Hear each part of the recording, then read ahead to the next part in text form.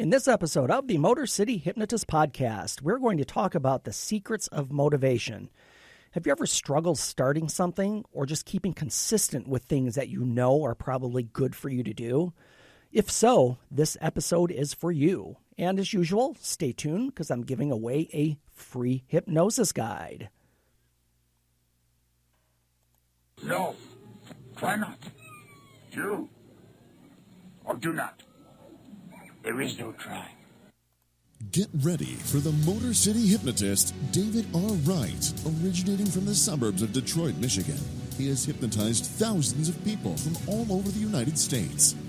David R. Wright has been featured on news outlets all across the country and is the clinical director of an outpatient mental health and hypnosis clinic located just south of Detroit, where he helps people daily using the power of hypnosis.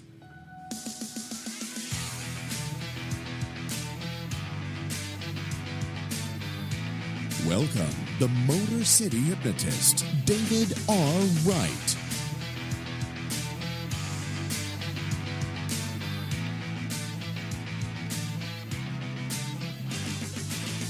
What is going on, people? It's David Wright. We are back with another episode of the Motor City Hypnotist Podcast. You know, here we are. We are again. Here we are again. Yeah. We are here at the Podcast Detroit Northville Studios. Yeah, I always have. I really enjoy having you here. I Oh, really good. do because Well, I'm glad. some of the things that you talk about just kind of get me thinking, and I hope your listeners, it gets them thinking as well, because it sparks memories. I think your last episode you talked about inspirational movies, Right. And Yep. it kind of prompted me to go back and want to watch these movies just to get inspired again. Because right now, life sucks. Well, COVID-19 that's true. sucks. So Yeah, it does. You need something in your world to help motivate you and get you Oh, that. absolutely. And just to make you feel good. Mm-hmm. Yeah. So so thank you. Good for you. I appreciate Yes, that. yes. That was all for me. It was. So that was Matt, if you guys don't know, by the way. Those of you who have not listened, he helps me out in the booth. All I'm doing is pushing buttons, man. Well, I think you're doing more than that. All right, fair enough. Oh, good. There it is again. So let me tell you where you can find me other than here on the podcast.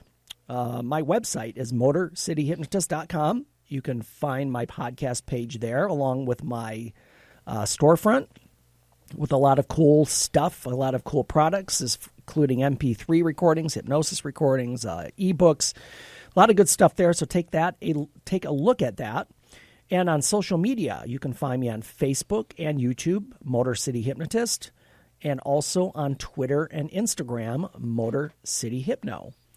And I'm also on Patreon. If you would like to support the show financially, that would be greatly appreciated. Patreon is a site for creators where they can post their stuff and get monetary contributions for it. And the way that works is there are different tiers, tiers 1, 2, and 3 on my page, I believe. And you get different things for different tiers. And most of it is very, very minimal as far as monthly donations. But there we do have coffee mug, T-shirts, like swag from the show. We can push swag. That's cool. Why not? Yeah. So take a look there. I'm on Patreon at Motor City Hypnotist. And as we do in every episode, I'm just giving away my free hypnosis guide. That's just a link that will be in the show notes.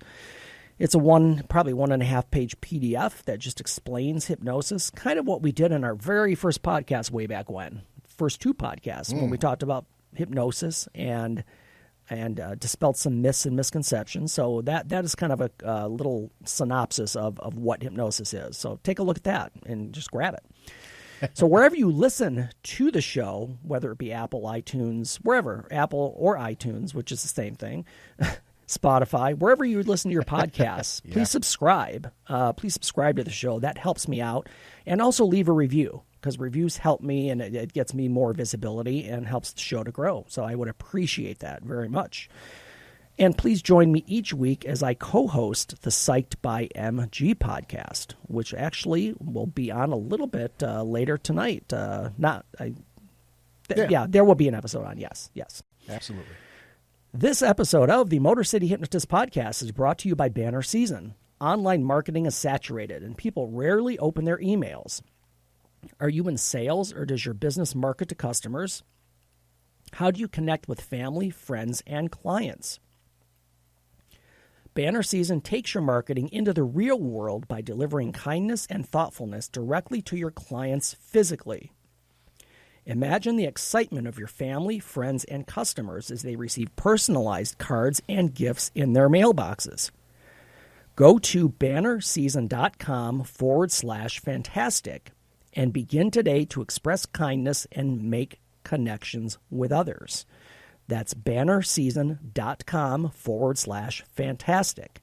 And as usual, that link will be in the show notes as well if you want to check that out. It's a great program that I use. And again, disclaimer, I'm an affiliate for them, so it does not cost you any more, but I do benefit if you sign up or use the service. So I would appreciate that. Thank you.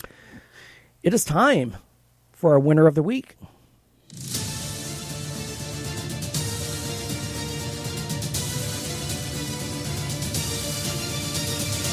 That's how winning is done. All right, our winner of the week. Thank you, Sylvester Stallone. Rocky. We just talked last podcast about inspirational movies. So we've been talking a lot about Rocky lately. Spoilers, number one. Yep. Go back and listen to that. You'll enjoy that one. So our winner this week comes from Brooklawn, New Jersey. Lisa Mullen has been a waitress at the Empire Diner in Brooklawn, New Jersey for the last 4 years. Single mom, waitress.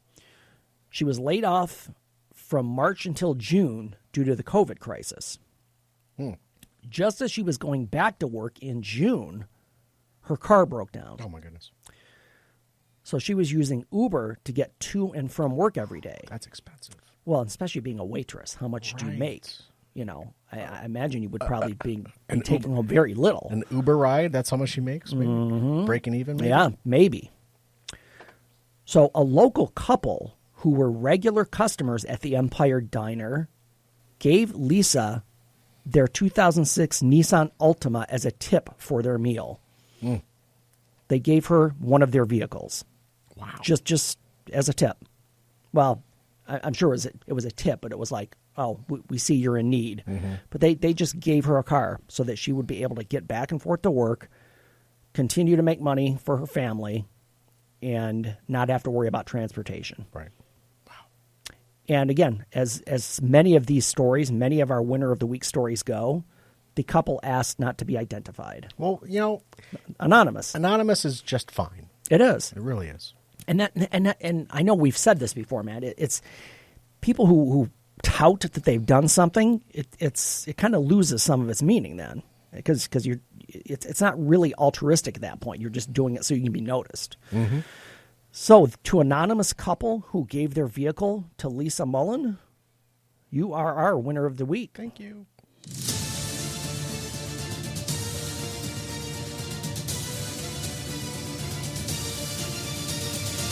That's how winning is done. Yes, it is. So, back to it. So our topic today is motivation. And I label it secrets of motivation. And I don't know if they're, I'm going to call them secrets because maybe you don't know some of these things. But I think motivation is a very maybe misunderstood thing because most of us will say, oh yeah, I should work out, or I should, I don't know, somebody might want to go back to school, or somebody needs to finish their homework, you know, and it's like, oh, I just can't get motivated to do this. And I guarantee that every one of us has procrastinated or put something off that we know needs to be done. Right. So in general, I guess what I would describe motivation as is like the overall willingness to do something, whatever that something is. So it's a compilation of emotional and cognitive forces that compels you to take action. Now, I don't want to complicate it, but it just says your emotions and your thinking tells you whether to take action on something, and that's where motivation comes from. Now, there's a great quote by Stephen Pressfield, who wrote the novel The War of Art, and he states in there, at some point, the pain of not doing it becomes greater than the pain of doing it. So I'm going to say that again because I think this leads into procrastination and why people put things off. At some point, the pain of not doing it becomes greater than the pain of doing it. So I could give you a ton of examples from my college years where I knew I had a final exam in a month away, but it's a month away. It's a month away. I don't have to worry about it right now. So the pain at that point wasn't enough to make me do it. Now, the night before, when I had to put an all-nighter and try to cram for it, that's when the pain the pain of not doing it became greater than the pain of doing it. It's forced me into action at that point because I didn't have any other choice. Mm-hmm.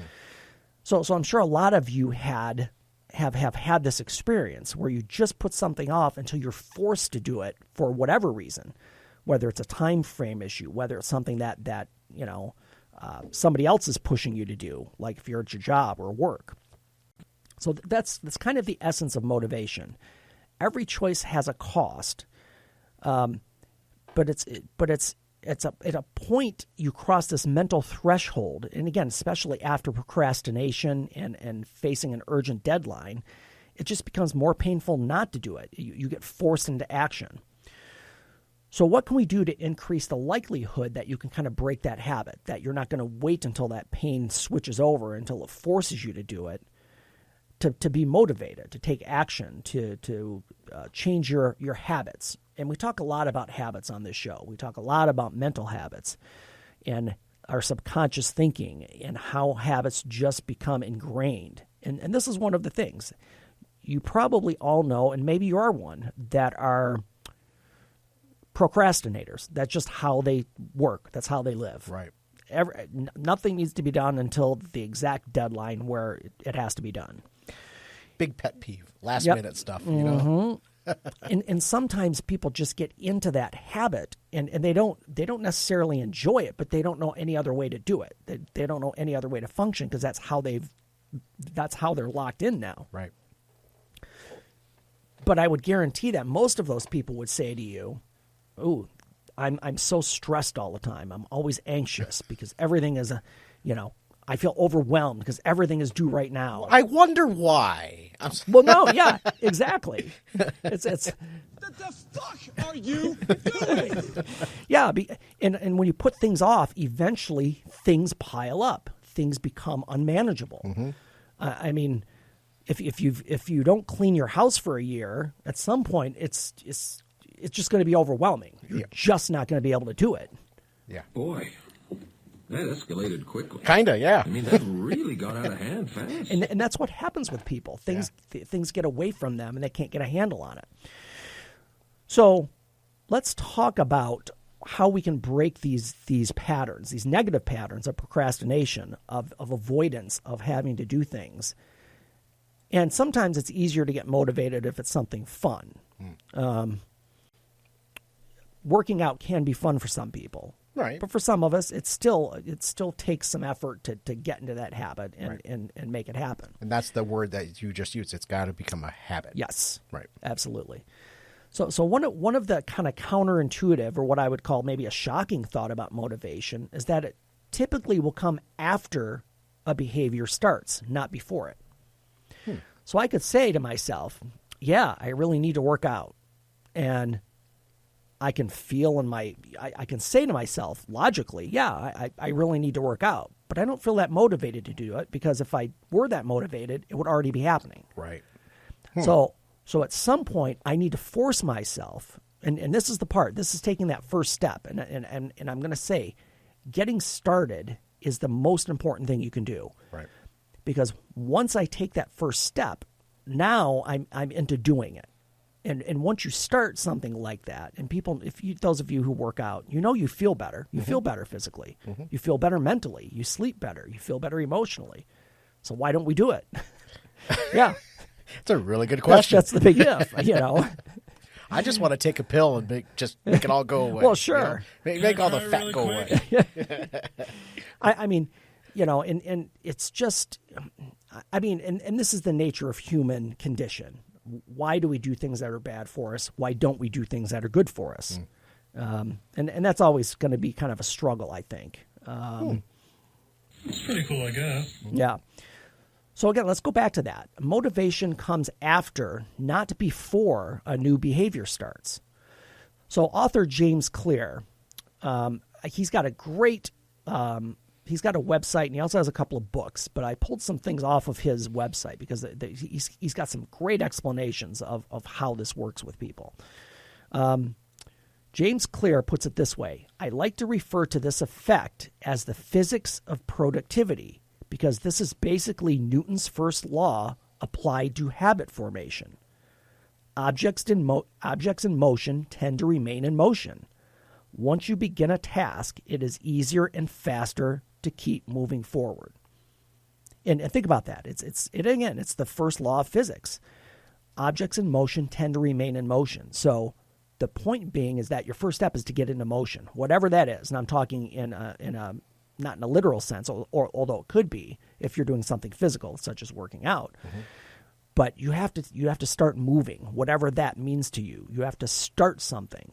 And at that point, then once you can develop some momentum, now it's easier to focus on the motivation part, because you see what's happening. You see that it's productive. It encourages you as you move along. So I'll come back to this at the end, but a lot of this information I've also pulled from an ebook that I wrote, I don't know, maybe it's a couple years ago, but it is on my website, in my store under ebooks. And I also will give the link at the end of today, at the end of the show notes for this. But I was talking with one of my colleagues, and we're just talking about creating products such as whatever, ebooks, hypnosis recordings, whatever, online courses. And he said something to me, and it struck me, and I wrote it down because I wanted to save it. And he said, most people, and I'm going to paraphrase it because I think his exact words were, it doesn't matter because most people are not going to do it anyway. Huh. Because he'll say to me things like, let me back up a little bit and just say, in general, in the hypnosis world, with a lot of hypnotists, there is, and I don't really worry about this, but a lot of people worry about, we don't want to give away too many free good things that people will use and get a leg up on you as far as competition goes. Aren't you there to help? Well, no, I agree, but a lot of people think that way. Yeah. So, for example, I have my buddy and mentor, Richard Barker, again, who's a nationally renowned hypnotist. He'll let me know when there are like programs that come up, like, there's this great video editing app that you have to get. That's professional courtesy, and typically, I will be honest, he's typically an affiliate for it, so he gets his cut. But he'll say to me, and this is when this came up, because we were talking about this, and I said something to the effect of, well, boy, we don't want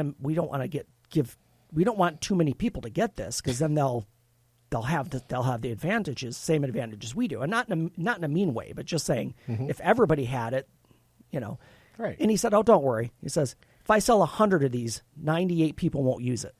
Wow. Yeah, and it's a fact. And so that's, most people get excited about something, and that's why we'll go off on a tangent for a minute, like infomercials. Right. You get excited about it, you buy whatever it is, and it never gets used, or it might get used once. Right. Or it just maybe doesn't get used at all. Or it didn't work at all. That's not how it works. Yeah, well, maybe not. So a lot of times mentally we get excited about something, but when it comes to the reality of it, we don't follow through. So what I call this, it's thought paralysis, because a lot of people, they want to do something, just like working out. I keep coming back to that because that's something I'm struggling with right now. So working out, I can't tell you how many times a week I'll say to myself, I really should be working out. Yeah. And then I ponder it. I just think, I could probably do it at this time. I may be able to do it later. Okay, what would I do? Gyms aren't open, and I do have some home equipment. So I go through this process in my head. And I call this paralysis, because most people never do anything because they're always pondering how to do it instead of just taking action, just doing something. Just do it. I mean, honestly, today, if I said, if I answer myself honestly and said, I really should be working out, I would leave here in 10 minutes or so from now, and I would go home and I would just run around the block a couple times. Mm-hmm. That's it. I've started something. Right. You can't go, balls to the wall, part of the expression. Yes. Oh, no, I get it. You got to go baby steps. You got to start small, build upon that, because there's a lot of stuff going on in your brain. Those endorphins are starting to kick in, and the more endorphins that you build up over time, the more stamina you're going to build out and the better you're going to feel. You don't have to work out as hard to continue to feel that good. Absolutely. And that's a great point, Max. I say this to clients every day. I'm like, listen, you can't look at the whole ball of whatever it is and say, I need to resolve this whole thing at once. Right. I said, you just need to do one thing. For people who are depressed, let's say, when I deal with people with depression, I'm like, listen, you can't get up and do 50 things today. It's too much. Right. And you're going to fail because you're setting your sights too high. And then you're going to get right back where you started. And I tell them, I said, your number one goal is to get up at 8 a.m. for a week straight. Mm-hmm. Sounds simple, but it's a small step. And that's how you start to move. That's how you start getting, motivation as you take these little steps. Because you can do it. Yeah. Yeah. And that's a great point, because if it's too much, it's just gonna fail. It's like me saying, okay, I need to lift weights for 3 hours every day. Yeah, no. Yeah. I can't do it. Not off the start. No. No! Don't shut me up! It's not going to work. It's the way it is. So these are the kind of and let me give you some examples of how this would influence you, or how it would not work out for you. For working out, if you don't have a fixed time to work out every day, you're going to wake up every day thinking, well, I hope I feel motivated to work out today. Maybe I'll fit it in sometime during the day. It won't happen. If you run a business and you're thinking to yourself, I don't have a marketing system. I'm going to have to get one of those sometime, because I think that's going to help me. But if you don't add a schedule, if you don't add a commitment to it, it's just never going to happen. Right. Anything that you need to do, or that you have a goal to do, if you don't schedule a specific day and time to do something, you're constantly going to be saying, you know what, I need to get this project started. Mm-hmm. And it never happens. How many of us have a calendar and keep it up to date? That's a great point. Mm-hmm. Great point. And honestly, we all have phones. Everybody has a phone with a calendar on it that gives you notices. That'll connect to as many emails as you want. That will pop up at the time of an appointment to tell you to do this. Right. And how many people use that? I got 3 notifications. What is it for? Oh, yeah. Okay. and probably, and I have to admit it, I don't utilize it as I should. I mean, I do have important things on there that I need to know. So these statements that we say to ourselves, and we've talked a lot on the show about your subconscious thinking patterns, and it's all of these things that, you say to yourself, I need to get this project started. I need to find some self-discipline. I need to get motivated. Those are all great statements, but until you take action, none of that means anything. You had mentioned physics earlier, not a few moments ago. Yeah. One of the terms of physics is every action has an equal and opposite reaction. Yep. Right. In addition to Newton's law, which is an object in motion tends to remain in motion. Which and you apply both of those together, you have to start something. And again, as Matt said, you just have to start. It's just one small thing. And even though it might seem to you that it's meaningless, or seem to you that, again, we set our goals too high sometimes. Mm-hmm. I'm not slamming people saying they shouldn't have high goals or standards, but you just want to start very small. Mm-hmm. Yeah. I don't know what we're yelling about! So don't wait for the motivation to just strike you like a lightning bolt. It's not going to happen. So you need to start scheduling habits. So let me give you an example of some famous people and kind of what they do. Maya Angelou rented a local hotel room and went there to write. And when she was writing a lot, she arrived at 6:30, wrote until 2, and then went home. She never slept at the hotel. It was her getaway to do her writing. Oh, okay. Yeah. And it would happen every day. She took herself out of an element, put herself in an element that was specific for something. Pulitzer Prize winner Michael Chabon writes 5 nights per week from 10 p.m. to 3 a.m. and stays on that schedule every single day. Wow. Stephen King. Again, wrote How many books? tons of books. I used to know how many because I've read everything he's done. Every day he gets up, sits down from 8 to 8:30 where he has tea, a cup of water or tea, and then he has his vitamin pill and he plays his music. He sits in the same seat and the papers are all arranged in the same places. This cumulative purpose of doing these things the same way every day is a way of saying to my mind, you're going to be dreaming soon. And what he's that quote goes on to mean that his mind is in the dreaming process to write because he's got some crazy stuff. Wow.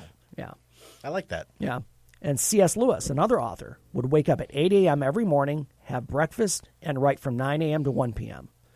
So these are all habits. These are all rituals that people subscribe to.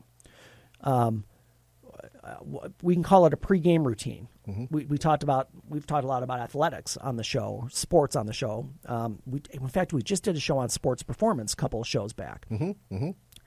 A lot of athletes have these pregame rituals. Right. Some of them, they Michael Jordan has a documentary on Netflix right now. Yes. And there are so many clips of him putting his laces in his shoes. And that was one of his biggest pregame rituals that he had. And a lot of, and I'm not saying it's right or wrong, but again, a lot of athletes have these rituals and these routines, and they especially, and it tends to be, just coming from the mental health side of things, it tends to be baseball pitchers and hockey goalies seem to be the most bizarre.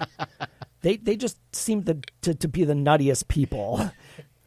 Why so serious? Yeah, because they have some weird routines and habits. They kind of do. Yeah, and we're gonna bring that to the show one day because I'm just kind of thinking out loud that it would be fun to see what kind of rituals some of these people, right, what they're involved in before they do it. Yeah, I'd love that. Yeah.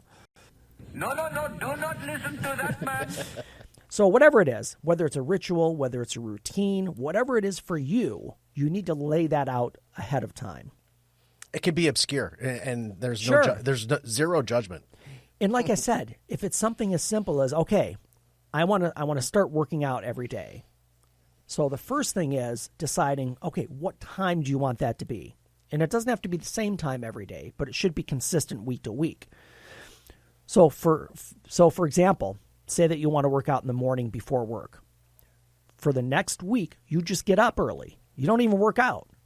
Just get up at the time that you're going to be getting up to start working out, and just do that one step first. And again, some of you may get ahead of yourselves, and that's okay, I guess. But what you don't want to do is, again, just try to fit the whole thing in, and then you end up just being overwhelmed and you stop. So just taking that one small step, that one small action to go towards what you're trying to accomplish. And again, make it easy. Just make it as easy as you can, because once you start getting wins, and I use that term in general as far as once you start getting wins, you start feeling better. So if I want to work out every day, and I'm stuck on that because I'm telling myself this. This is becoming a habit, Dave. It is. Oh, good for you. So if I just commit to getting up an hour before I leave for work every day, just starting that way, that's all I need to worry about. And as I do that, I'm like, okay, I know I can do this. I've already made it a habit. So now I'm just going to add to this habit. Now I'm just going to add something else. Because once that habit is established, it's not like you're putting a whole pile of stuff on yourself to do and to accomplish. So that's a way to get started. Now that we have quite a bit left to deal with motivation, so I'm going to split this. Okay. We're going to do a part 2 next episode because I don't want to rush through all of this and not give you everything that you need. No, fair enough, man. So what I want everybody to do, if you're listening right now, just think about what we started on. Just think about that the main key takeaways for today are motivation just doesn't hit you like a lightning bolt. You have to take a step to make it happen. And again, we go back to the whole theory that once you start moving, once you start doing, once you start acting, you tend to stay in it. You tend to stay in motion. You tend to keep moving. So just start something, whatever that is, and make it small enough so that you know you can accomplish it, because then you're going to get the reward back, and we can start setting up this achievement reward circle, this cycle that you just continue to be in, and then we build on that. So, and if you want to, and honestly, you could probably read ahead. My whole ebook is on my website, but I'm going to put the links in the show notes. Even though we're not quite done with motivation yet, you can still pick that up. So I'll put that link in the show notes where you can find that Secrets to Motivation.